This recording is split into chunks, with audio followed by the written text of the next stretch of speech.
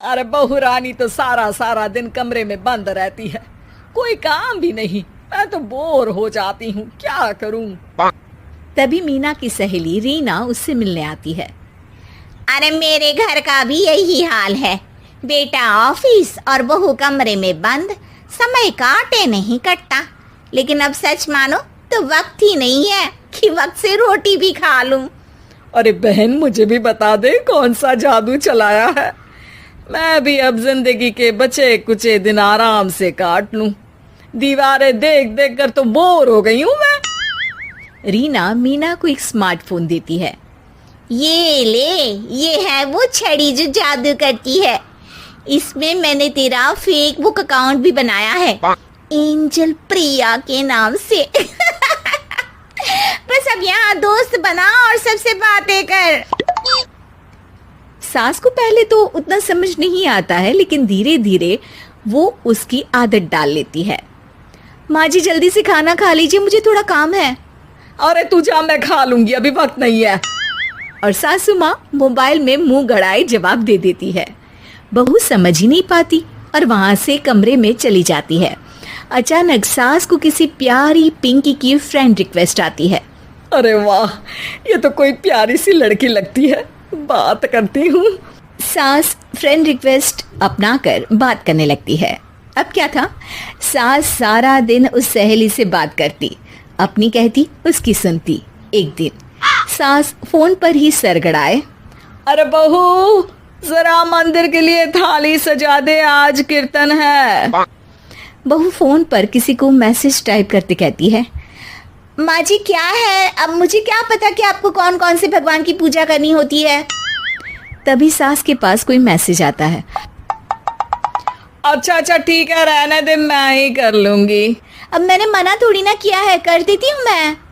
अब मैंने भी बोला ना कि थोड़ी देर में बात करती हूँ, तो मैं ही कर लेती हूँ, तू जा अपने कमरे में। बहू वहां से चली जाती है। सास मंदिर पहुंचती है और मंदिर की सीढ़ियों पर बैठकर सास फोन पर लिखती है, अरे मेरी बहू सारा दिन अपने कमरे में बैठी रहती है। वहां से रिप्लाई आता है, मैं आपकी बहू को तो जानती नहीं हूँ, लेकिन हाँ एक बात है, हो सकता है आपने उसे ताने दिए होंगे या फिर उसका दिल दुखाया होगा। ऐसा करने पर बहुओं का मन ससुराल से हट जाता है। याद रखिए, बहू और बेटी में फर्क होता है। सास घर जाती है और बहू से बड़े ही प्यार से बात करती है, उसके लिए खाना बनाती है, उसे गिफ्ट में साड़ी भी देती है। जिसके बाद अगले दिन, माँ जी चलिए, आज मैं भी आपके साथ मंदिर चलती हूँ। आते वक्त भोले भैया के गोलगप्पे खा कर आएंगे। अरे हाँ बहू, ये तो अच्छा है, चलो। सास मन में सोचती है कि उसकी फेक बुक वाली दोस्त कितनी अच्छी है। उसके समझाने से उसे उसकी बहू वापस मिल गई। वो बहू को अपनी दोस्त के बारे में बताने का सोचती है, लेकिन फिर चुप हो जाती है। बहू फोन पर टाइप करती है, मेरी सास मुझे नौकरानी समझती है, एक गिलास पानी तक खुद नहीं लेती। मन तो करता है कि बोल दूं, मैं बहू हूँ, कोई नौकरानी नहीं।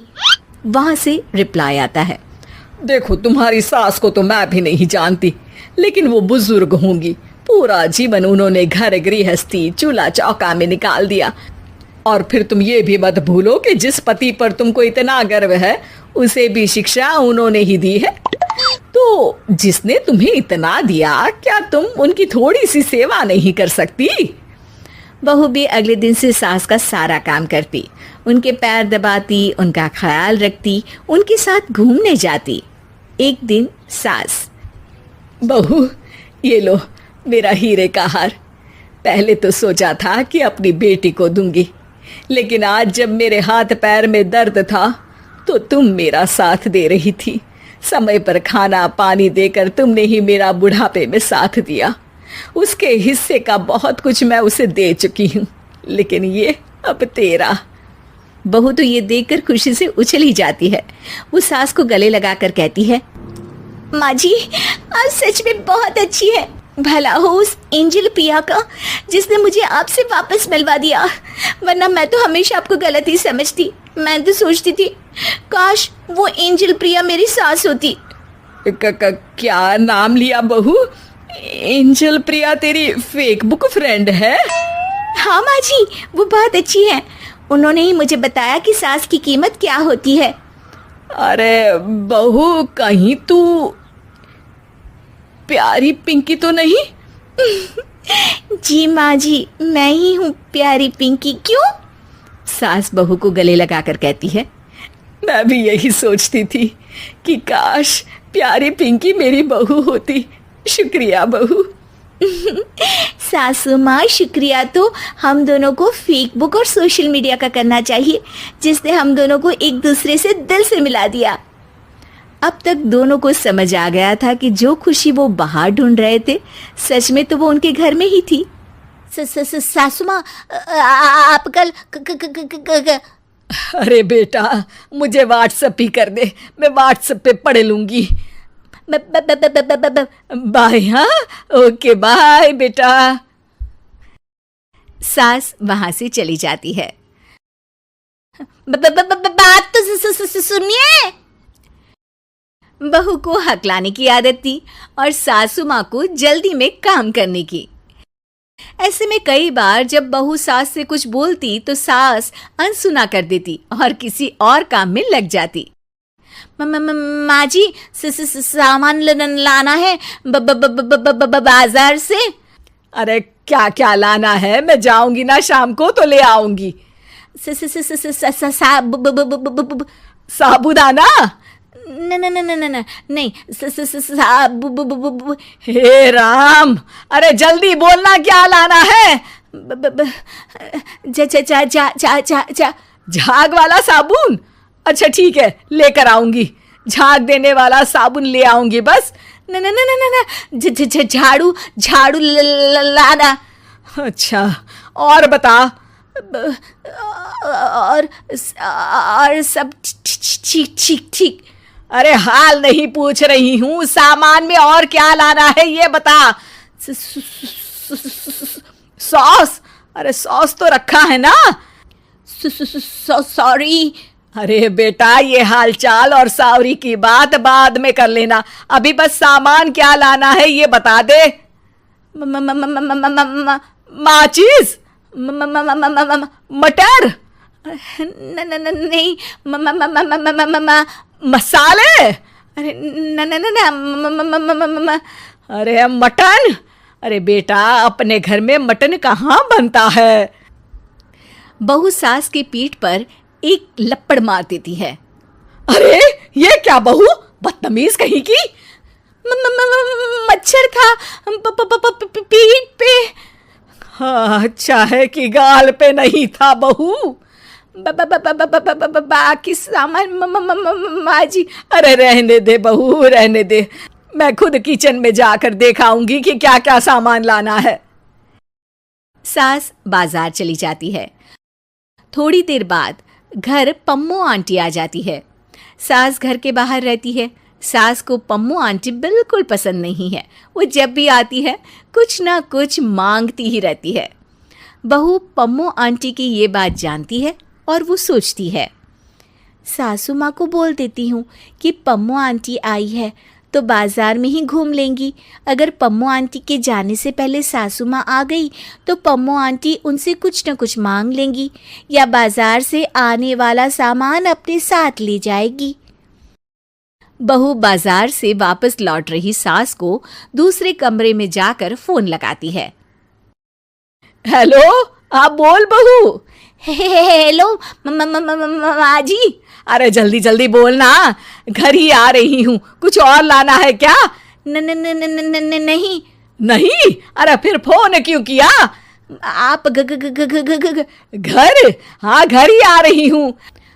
हाँ प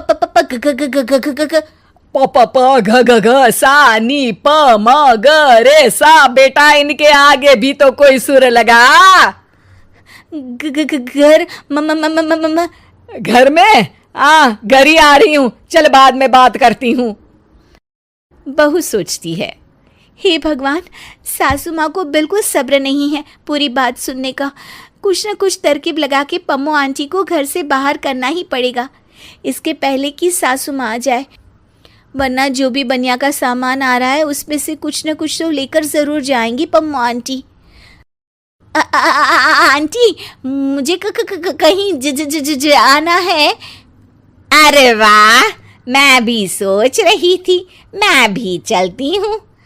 अकेले?